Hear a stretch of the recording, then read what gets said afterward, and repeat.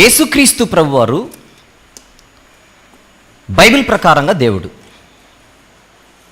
రెండోసారి బైబిల్ ప్రకారంగా దేవుడు. మీరేదో వేరే గ్రంథాలు తీసుకొని వచ్చి ఈ గ్రంథం ప్రకారంగా అంటే నాకు దాంతో సంబంధమే లేదు. మనకు బేసే బైబిల్. బైబిల్ని ఆధారం చేసుకుని ఏ మాటలైనా మనం మాట్లాడతాం. అయితే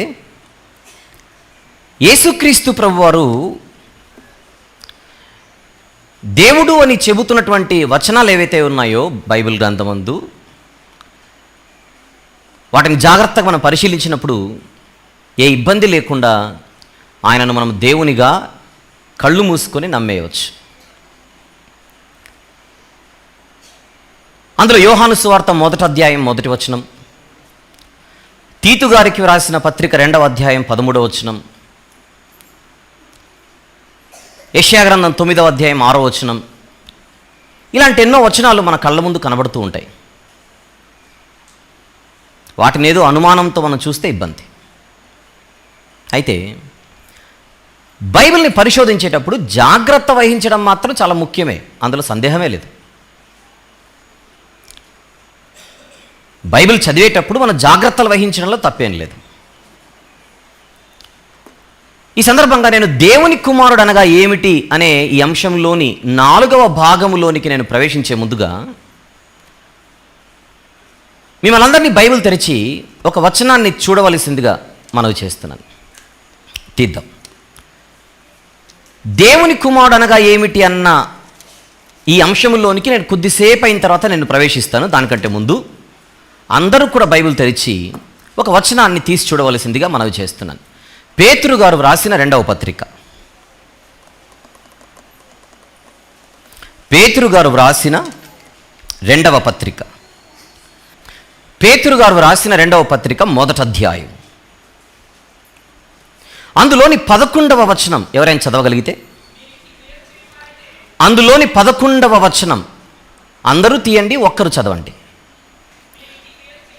మీరెట్టి క్రియలు చేయువారైతే ఎప్పుడునూ తొట్టిల్లరు, అలాగున మన ప్రభువును రక్షకుడునైన యేసుక్రీస్తు.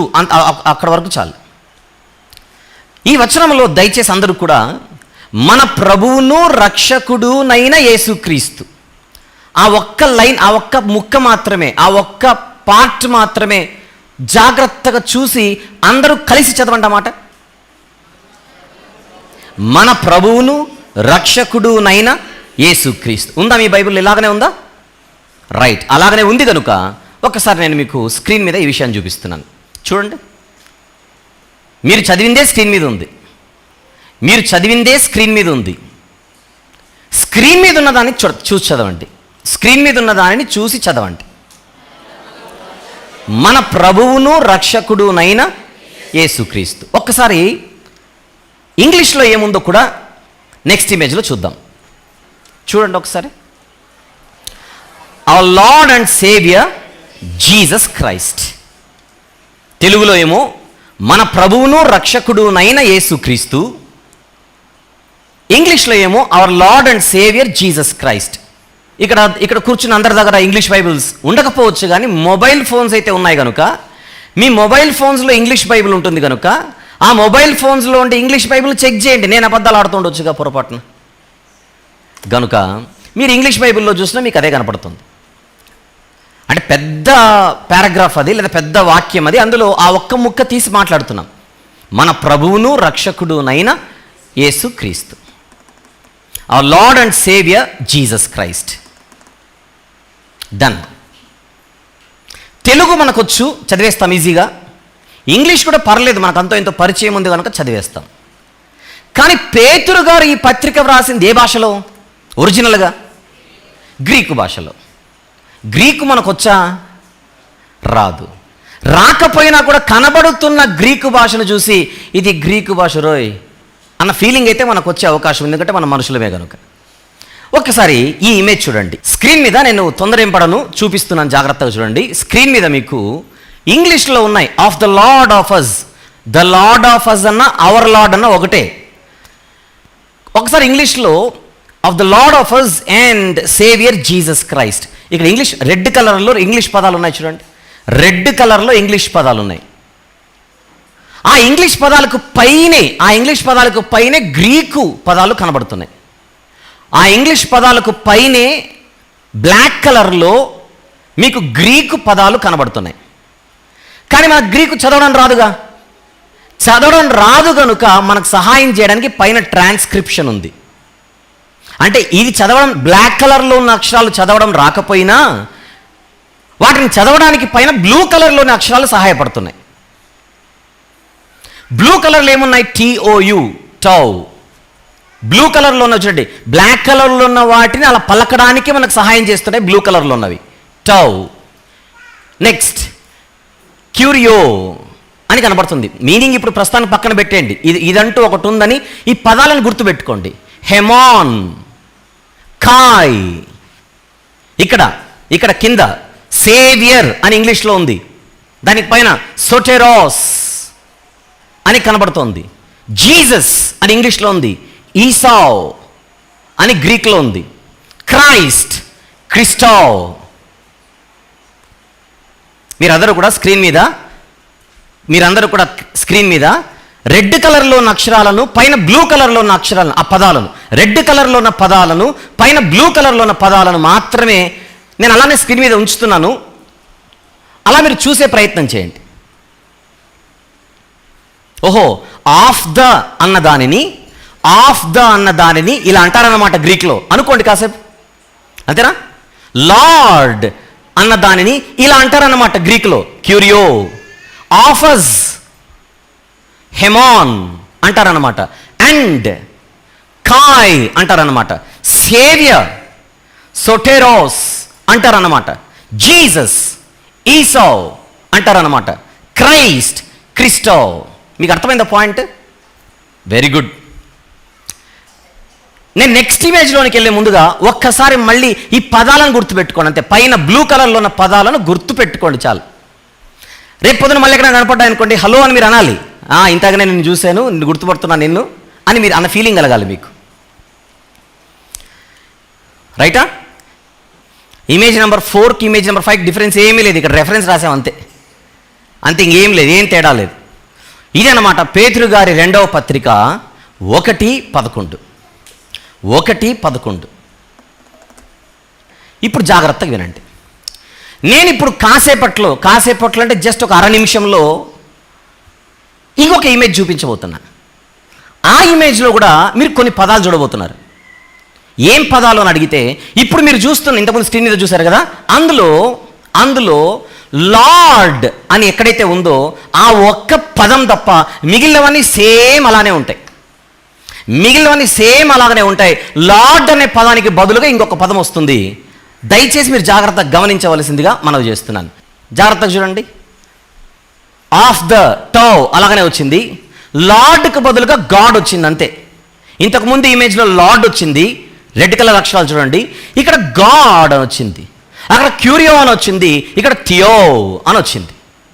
Next offers, హెమాన్, and Kai, saviour, సోటెరోస్, Jesus, ఈసావ్, Christ, క్రిస్టావ్. నేను చెప్పింది కరెక్ట్ కదా? మీరు చూడండి ఒకసారి. ఇంతకుముందు దీనికి ఒకే ఒక పదం తేడా. ఏమిటి ఆ పదం? అక్కడ లార్డ్ ఉంది, ఇక్కడ గాడ్ ఉంది, అంతే. రైట్. ఇప్పుడు దీన్ని తెలుగులో చెప్పండి. మీరు తెలుగు బైబిల్ చదివారు కదా ఇంతకుముందు, తెలుగులో చెప్పండి. అది 2 పేతురు 1:11. తెలుగులో ఏముంది 2 పేతురు 1:11లో? మన ప్రభువును రక్షకుడైన యేసుక్రీస్తు. ఇంగ్లీష్లో అవర్ లార్డ్ అండ్ సేవియర్, లేదా the lord of us and saviour అని కూడా అనొచ్చు అని చెప్తున్నాను. రైట్. ఎందుకంటే దానికి ముందు వేరే ఉన్నాయి కనుక, మనకు ఆ వాక్యంలో 11వ వచనంలో దానికి ముందు వేరే పదాలు కూడా ఉన్నాయి కనుక. రాజ్యం అనే పదం ఉంది 11లో, నిత్య రాజ్యం అనే పదం ఉంది కనుక అవన్నీ కలిపితే ఆఫర్స్, ద కింగ్డమ్ ఆఫర్స్ అనేటువంటి పదాలు వస్తాయి. మనకు అవసరమైన పోర్షన్ మాత్రమే బయటికి తీసి మాట్లాడుతున్నాను. రైట్. మన ప్రభువును రక్షకుడునైన యేసుక్రీస్తు అన్న తెలుగు వాక్యాన్ని అందరూ వింటున్నారుగా? మన ప్రభువును రక్షకుడునైన యేసుక్రీస్తు అనేటువంటి ఆ ఫ్రేజ్ని లేదా మాటను ఇంగ్లీష్లో our lord and saviour Jesus Christ అని అంటే, గ్రీక్లో ఏమంటారో మనం చూసాం ఇందాక. గ్రీక్లో ఏమంటారో మనం చూసాం. నాకు మళ్ళీ ఇమేజ్ నెంబర్ 5 చూపించు. ఇమేజ్ నెంబర్ 5 మీరు స్క్రీన్ మీద చూస్తూ తెలుగులో మీరు చెప్పండి. ఇప్పుడు తెలుగులో చెప్పండి, దాన్ని చూస్తూ తెలుగులో చెప్పండి. మన ప్రభువును రక్షకుడునైన యేసుక్రీస్తు. ఇంగ్లీష్లో the lord of us and saviour Jesus Christ. Clear కదా పిక్చర్? సేమ్. ఇప్పుడు గ్రీక్లో కూడా ఏం పదాలు ఉన్నాయి మీరు చూశారు. టౌ, క్యూరియో, హెమాన్, కాయ్, సొటెరోస్, ఈసావ్, క్రిస్టో అని కనపడుతుంది. రైట్. ఇప్పుడు నేను ఇంకొక ఇమేజ్ చూపించాను ఇందాక. దానికి దీనికి తేడా ఏంటి? ఒక పదం మాత్రమే తేడా. ఒక పదం మాత్రమే తేడా. ఏమిటా పదం? లార్డ్కి బదులుగా ఏమొచ్చింది? గాడ్. ఇప్పుడు మీరు స్క్రీన్ మీద దీన్ని చూస్తూ తెలుగులో చదవండి. దాన్ని స్క్రీన్ మీద చూస్తూ దాన్ని తెలుగులో చెప్పండి. ఇక లార్డ్కి బదులుగా లార్డ్కి బదులుగా గాడ్ అని వచ్చింది అంతే. లార్డ్ అంటే ప్రభు అయితే, గాడ్ అంటే దేవుడు అయితే, ఇక మీరు ప్రభు ప్లేస్లో దేవుడు అని పెట్టి చెప్పండి. ఇక సెంటెన్స్ నాకు అందరూ చెప్పాలి. మన దేవుడును రక్షకుడునైన యేసుక్రీస్తు. మళ్ళీ మన దేవుడును రక్షకుడునైన యేసుక్రీస్తు. ఇది ఎక్కడుంది? విషయం ఏంటంటే ఇది కూడా బైబిల్లోనే ఉంది. ఇది కూడా బైబిల్లోనే ఉంది. మీరు బైబిల్ తీయకండి, స్క్రీన్ చూడండి. లార్డ్ ఉన్న చోట మన ప్రభువును రక్షకుడైన యేసుక్రీస్తు. ప్రాబ్లం లేదు. లార్డ్కి బదులుగా గాడ్ అని ఉంటే ఏమని చెప్పచ్చు ఇప్పుడు హ్యాపీగా? మన దేవుడును రక్షకుడునైన యేసుక్రీస్తు. నేను అది చూపించే ముందుగా 2 పేతురు అంటే పేతురు గారు రాసిన 2వ పత్రిక 1:11 మన ప్రభువును రక్షకుడైన యేసుక్రీస్తు. ఎంతమంది నమ్ముతున్నారు? చేయొద్దండి. మన ప్రభువును రక్షకుడైన యేసుక్రీస్తు. డౌటే లేదుగా, ఎవరైనా నమ్ముతారు, నమ్మాల్సిందే. అది నమ్మినప్పుడు ఎక్స్క్యూజ్ మీ, గ్రీకు భాషలో లార్డ్ అన్న పదానికి బదులుగా గాడ్ అనే క్యూరియో అనే పదానికి బదులుగా థియో అనే పదం మాత్రమే వస్తే నమ్మాలా నమ్మకూడదా? చెప్పండి. ఇది నమ్మితే అది నమ్మాల్సిందే. మరి అదెక్కడుందో ఇమేజ్ నంబర్ 7లో చూద్దాం. మీరు స్క్రీన్ చూడండి, బైబిల్ ఇప్పుడే తీయకండి. స్క్రీన్ చూడండి. స్క్రీన్లో రెఫరెన్స్ ఏంటి? స్క్రీన్లో రెఫరెన్స్ ఏంటి? అదే పేతురు గారు 2వ పత్రిక, అదే 1వ అధ్యాయము. ఇది 1వ వచనం. ఇది 1వ వచనం. నాకు తెలుసు మీరు ఎంత ఇప్పుడంటే నా మీద అనుమానం. బైబిల్ ఏముందో చూద్దామని బైబిల్ తెరుస్తున్నారు. స్క్రీన్ చూడండి, నేను వస్తాను బైబిల్ దగ్గరికి. బైబిల్ కాదు, స్క్రీన్ చూడండి. ఒకసారి చూడండి స్క్రీన్ మీద. టౌ సేమ్ అదే పదమే. థియో అని మాత్రమే ఉంది. హెమాన్ అలాగనే ఉంది. కాయ్ అలాగనే ఉంది. సొటెరోస్ అలాగనే ఉంది. ఈసావ్ అలాగనే ఉంది. ఇంకా క్రిస్టో అలాగనే ఉంది. సేమ్ పదాలే. మీరు ఇంగ్లీష్లో చూస్తే the righteousness of God and our saviour Jesus Christ. Image number 8 చూపించు. మీ కళ్ళ ముందు 3 వాక్యాలు ఉన్నాయి. పైనేమో 1:11 మొత్తం గ్రీకే. సెకండ్ సెట్ 3 సెట్లు ఉన్నాయి ఇక్కడ. First set, second set, third set. First సెట్లో 1వ అధ్యాయం 1వ వచనం, 1వ అధ్యాయం 11వ వచనం. సెకండ్ సెట్లో 1వ అధ్యాయం 1వ వచనం, 1వ అధ్యాయం 11వ వచనం. థర్డ్ సెట్లో కూడా 1వ అధ్యాయం 1వ వచనం, 1వ అధ్యాయం 11వ వచనం. అంతే. కాకపోతే ఫస్ట్ సెట్లో మొత్తం గ్రీకే. సేమ్ 2వ సెట్లో మనం చదవడానికి ఇంగ్లీష్ ట్రాన్స్క్రిప్షన్లో చూపిస్తున్నాడు. పైన వాటిని చూస్తే మనకు గ్రీకు చదవడం రాదు కనుక ఈ ట్రాన్స్క్రిప్షన్లో చదవడానికి సహాయం చేస్తున్నాడు. దాన్ని కంప్లీట్గా ఇంగ్లీష్లో ట్రాన్స్లేట్ చేసి చూపిస్తున్నాడు. ఆలోచించండి. ఇప్పుడు సేమ్ ఉంటాయి చూడండి ఒకసారి. సెకండ్ సెట్ అందరూ చూడండి. సెకండ్ సెట్ టౌ థియోకు బదులుగా క్యూరియోకు బదులుగా థియో. హెమాన్ కాయ్ సొటెరోస్ ఈసావ్ క్రిస్టో. సేమ్. అర్థమైందా పాయింట్?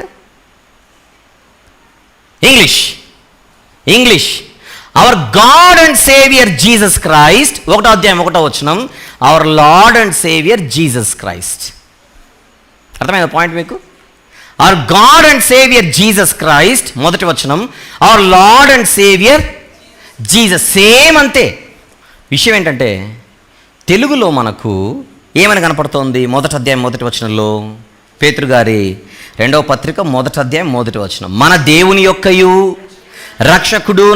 రక్షకుడైన యేసుక్రీస్తు యొక్కయు అనేసరికి అక్కడ దేవుడు వేరు, ఇక్కడ రక్షకుడు వేరు అనే భావం వచ్చేస్తుంది చదివేటప్పుడు మనకు అక్కడ ఉన్నటువంటి ఆ ట్రాన్స్లేషన్ బట్టి. అందుకే మీకు మూల భాష చూపించాను ముందుగా. మూల భాష ఒరిజినల్గా పేతురు గారి పత్రిక ఏ భాషలో అయితే రాయబడిందో అక్కడికి వెళితే 11వ వచనంలో ఉన్న స్ట్రక్చరే మీకు 1వ వచనంలో కూడా ఉంటుంది. 11వ వచనంలో ఉన్న స్ట్రక్చరే 1వ వచనంలో కూడా ఉంటుంది. 11వ వచనంలో ఉన్నది మన ప్రభువును రక్షకుడైన యేసుక్రీస్తునంటే 1వ వచనంలో కూడా ఖచ్చితంగా ఏ భావం ఉంది చెప్పండి? మన దేవుడును రక్షకుడునైన యేసుక్రీస్తు. మీకు ఇది లైవ్లో కూడా ఉంటుంది. మళ్ళీ ఇది ట్రూ విజ్డమ్ మినిస్ట్రీస్ అనే ఛానల్లో సింగిల్ మెసేజ్గా అప్లోడ్ అయినప్పుడు అందులో కూడా ఉంటుంది. మీకు నీట్గా స్క్రీన్ మీద కనపడుతుంది. అది నేను చూపించేటప్పుడు అది మీకు స్క్రీన్ మీద కనబడేటప్పుడు పాజ్ చేసి ఒక అరగంట సేపు చూడండి, అర్థమయ్యేంతవరకు. మీకు అర్థమయ్యేంతవరకు చూడండి. అర్థమే కావాలి, అర్థమై తీరాలి, అర్థమే కావాలి.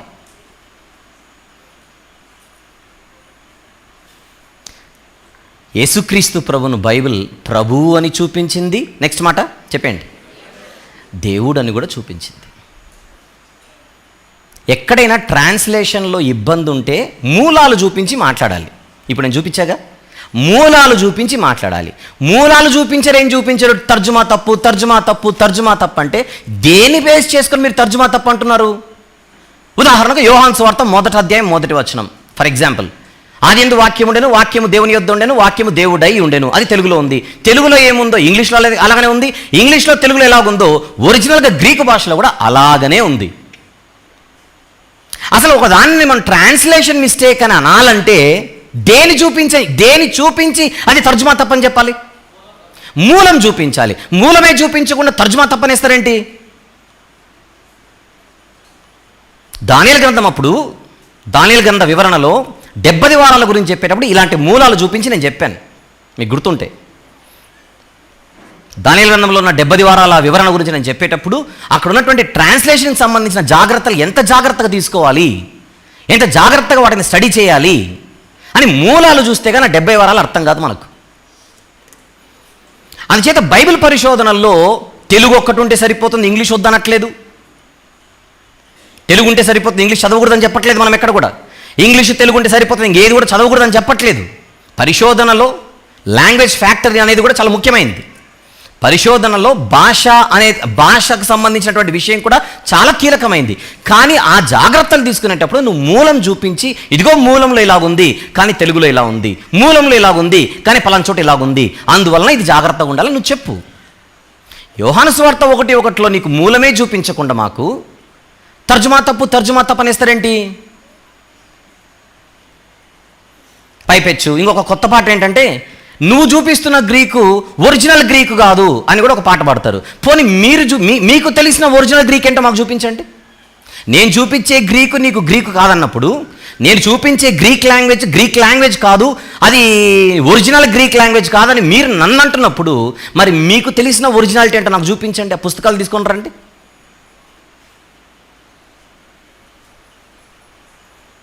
మూలం చూపించరు. ఒకప్పటి గ్రీకు వేరు అని మీరు అంటున్నప్పుడు ఆ ఒకప్పటి గ్రీక్ ఏంటో మీరు చూపించాలి, అది చూపించరు.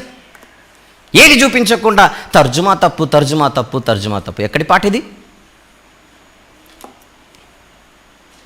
అందుచేత చాలా బలంగా బైబిల్ యేసుక్రీస్తు ప్రభువును దేవుడు అని చాలా చక్కగా చెబుతోంది. నమ్మినవాడు ధన్యుడు, నమ్మకపోతే మీరు ఏమైనా పదాలు పెట్టుకోవచ్చు. చూడండి, న్యూ ఇంటర్నేషనల్ చూడండి, అక్కడ 2 పేతురు 1:1, పేతురు గారి 2వ పత్రిక 1వ అధ్యాయం 1వ వచనం, new international version. To those who through the righteousness of our God and saviour Jesus Christ. జాగ్రత్త చూడండి అక్కడ ఎంత బాగుందో. Our God and saviour Jesus Christ, 1వ అధ్యాయం 1వ వచనం. Our God and saviour Jesus Christ ఉందా లేదా చెప్పండి? నేను అబద్ధాలు ఆడుతున్నానా? Our God and saviour Jesus Christ ఏమంటారు దీన్ని? ఇది ప్రూఫ్ అంటే, ఎవిడెన్స్ అంటే అలా చూపించాలి మీరు.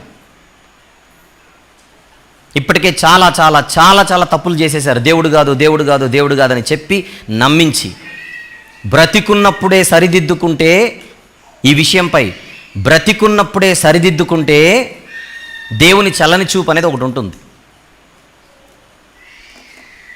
సరిదిద్దుకోవాలి.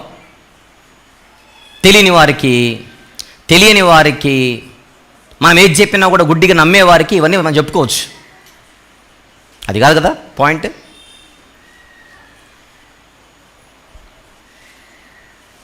ఎంతమందికి అర్థమైంది చెప్పండి? పేతురుగారి 2వ పత్రిక 1:11, పేతురుగారి 2వ పత్రిక 1:1. ఈ 2 అర్థమైన వాళ్ళు చేయొద్దండి. 1:11లో ఏముందో స్ట్రక్చర్, 1:11లో ఏముందో స్ట్రక్చర్ ఒరిజినల్ గ్రీక్ లాంగ్వేజ్లో, 1:1లో కూడా అదే స్ట్రక్చరే ఉంది. 1:11లో ఉన్న ట్రాన్స్లేషనే 1:11లో ఉన్న ట్రాన్స్లేషనే 1:1లో కూడా ఉండాలి. Hour God and saviour, come on, Jesus Christ. తెలుగులో మన దేవుడును రక్షకుడునైన యేసుక్రీస్తు. ఎవరైనా మీరు ఫైట్ చేయాల్సి వస్తే పేతురుగారితో ఫైట్ చేసుకోండి. పేతురుగారితో వెళ్ళి ఫైట్ చేసుకోండి.